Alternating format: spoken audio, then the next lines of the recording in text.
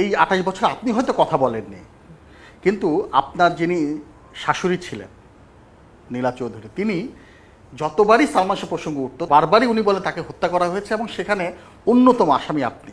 প্রথম দিন কিন্তু আমাকে কোনো দোষ দেননি। দ্বিতীয় দিন উনি গিয়ে বলল যে আমি নাকি হত্যা করেছি। ইমনের বাবা উনি কিন্তু ম্যাজিস্ট্রেট ছিলেন। আচ্ছা, হ্যাঁ, উনি ফার্স্ট ক্লাস ম্যাজিস্ট্রেট ছিলেন, 14 বছর চাকরি করেছেন।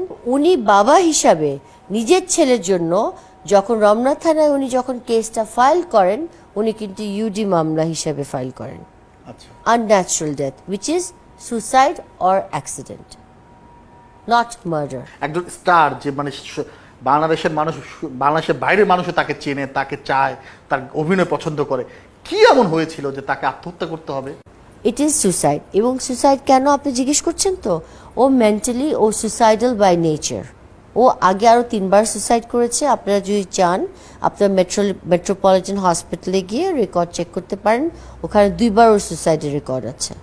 স্পেশালাইজড একবার আছে, 3টা আছে, এবং 3টাই হচ্ছে আমার বিয়ের আগে। আচ্ছা, সেটা সে আপনাকে বলেছে? আমাকে বলেছে না, আমি জানি। কারণ একটা হচ্ছে তার মায়ের সময় ঝগড়া করে মার সাথে করেছিল, একবার আমাকে বিয়ে করার সময় ও ভয় দেখানোর জন্য ও একবার করেছিল, আরেকবার ওর একটা কিছু একটা হয়েছিল, সেটা নিয়েও হয়েছিল। এই যে শুরু থেকে আপনাকে দূরে রাখা, অপবাদ দেয়া, এর পেছনে কোনো কারণ আছে? ইমরানের আম্মা কিন্তু আমাকে প্রথম খুব আদর টাদর করেছে, প্রথম যখন বিয়ের আগের কথা বলছি। বিয়ের পরে যখন দেখলাম আমার বাবা মার সম্মতি ছিল না, তখন থেকে ওনার চেঞ্জটা আসে। She starts changing. তখন তার অ্যাটিটিউড, যে অ্যারোগেন্ট হয়ে যায়, আমাকে বকা মার, এগুলো তখন ওনার ফিজিক্যাল অ্যাবিউজ, এগুলো তখন ওনার শুরু হয়। 6 তারিখ ছিল সালমান শাহর মৃত্যুবার্ষিকী। জি, ওই দিন চ্যানেল 24-কে নীলা চৌধুরী একটা ইন্টারভিউ দিয়েছেন।